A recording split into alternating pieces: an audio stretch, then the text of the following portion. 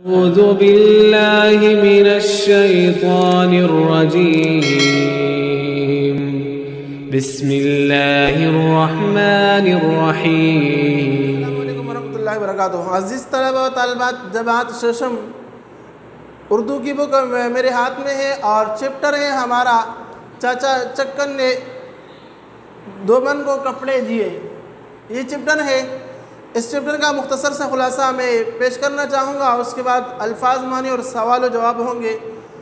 اس chapter کا پورا خلاصہ یہ ہے کہ اس چیپٹر میں بتایا جاتا ہے کہ کسی کے کام میں دخل اندازی نہیں کرنا چاہیے. مطلب یہ ہے کہ مردوں کا کام گھر سے باہر کا ہے اور خواتین لیڈیز کا کام گھر کے اندر کا ہے، یا ہر طبقے اور ہر شعبے اور ڈپارٹ میں جو بندہ جس کام میں ملوث ہے اور وہ کر رہا ہے اس کو کرنے دے، دوسرے کے کاموں میں دخل اندازی نہ کرے.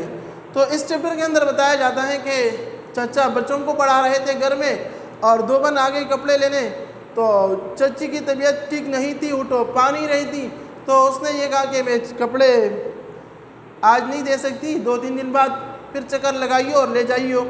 تو دوبن نے کہا نہیں اب لے جانا ہے، ورنہ اگر آج نہیں دو گی کپڑے تو پھر شاید 15 دن بعد آپ کو ریٹرن کپڑے ملے.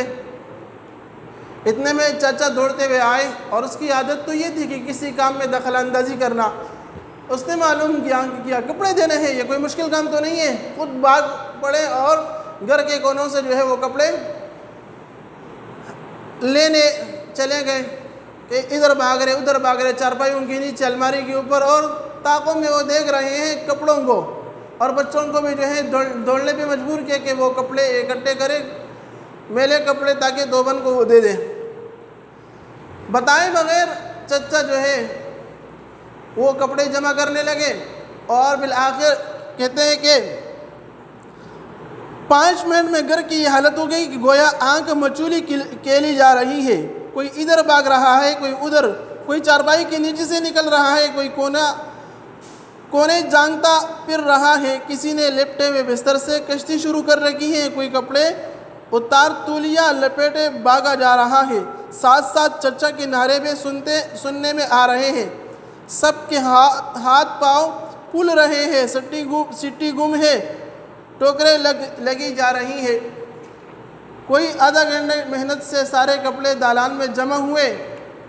اس میں پھر یہ بتائے جاتے ہیں کہ کپڑے تو جمع ہو گئے، ادھر فہرست شروع کر دیے. دوبن کو بھی دیر ہو رہی تھی، لیکن چچا یہ کہ اس نے فہرست اور لکھنا شروع کر دیا. بالآخر یہاں کے چچا کے فہرست میں آ رہے تھے 61، اور دوبن کے پاس جو لسٹ تھی، میزان تھا، ترازو، اس میں کاؤنٹنگ جو ہو رہی تھی 59، یعنی 2 کا فرق آ رہا تھا. جب تیسری بار سب نے گنا ایک آدھا گھنٹے میں بعد، تو پھر جو ہے اس میں بات ثابت ہو گئی کہ کل جو ہے وہ 59 ہے. چچا غلطی پر تھے اور مسٹیک ہو گئی تھی اس سے کہ اس نے 2 موزوں کو 4 لکھا تھا. موزے تو 2 جوڑے ہیں، لیکن چچا نے جو ہے 4 لکھے تھے اور وہ غلطی نکل آئی. خیر، یہ کرنے کے بعد آخر میں جو خلاصہ بتایا جا رہا ہے وہ یہ ہے کہ اب تک تو چچی کی تیوری چڑھی ہوئی تھی، سونے کے بٹنوں کا سنا تو ہڑ بڑھا کر اٹھ بیٹھے.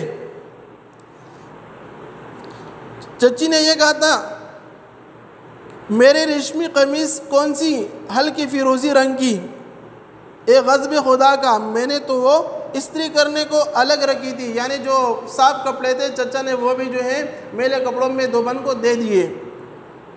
کمبخت 2 کوڑی کے کرائے لائے گی، اور اس میں سے میرے سونے کے بٹن بھی اتار لیے تھے یا نہیں. بڑی بات یہ کہ کپڑوں میں سونے کے بٹن لگے ہوئے تھے اور وہ بھی چچا نے اتارے نہیں تھے. اور جب یہ بات تیوری تو چڑھائی تھی چچا نے، لیکن جب اس نے چچی کی یہ بات سنی کہ وہ سونے کے بٹن، تو پھر اس کو جو دوڑ لگایا اور کہا کہ جا کے لے آؤ. وہ چچا پھر دوڑنے لگا.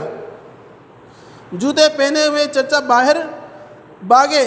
ارے بھائی چلی گئی دوبن، وہ بندو چلی گئی دوبن، ارے امامی کدھر گئی دوبن، ارے دوڑیو، ارے بھائی جانا، پکڑنا، لے کر آؤ.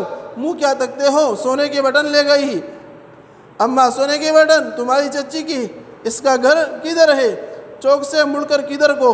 اماں خنچے والے کسی دوبن کو جاتا دیکھا ہے، ارے بھائی ریڈیو والے کوئی دوبن ادھر تو نہیں گئی، یہ کہ وہ سونے کے بٹن بھی وہ لے کر گئی۔ بڑی بات یہ کہ اس پورے چیپٹر کا خلاصہ اور خاص بات یہ کہ کسی کے کام میں دخل اندازی نہیں کرنی چاہیے، کہ چچا نے جب گھر کے کام میں دخل اندازی کی تو صاف کپڑے میں میلے کپڑوں میں دے دی اور سونے کے بٹن بھی دوبن لے کر گئی۔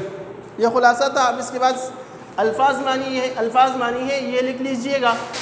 دخل دینا، ہلکان ہونا، لتے لینا، ہلکم ڈالنا، یعنی کارگزاری، میزان، سوانگ بھرنا، ناشنا ہی، تیوری چڑھانا، یہ الفاظ ہیں، ان کے معنی لکھے ہوئے آپ بھی لکھ دیجئے گا۔ اور پھر سوال و جواب ہے، سوال و جواب آپ کو کرائیں گے۔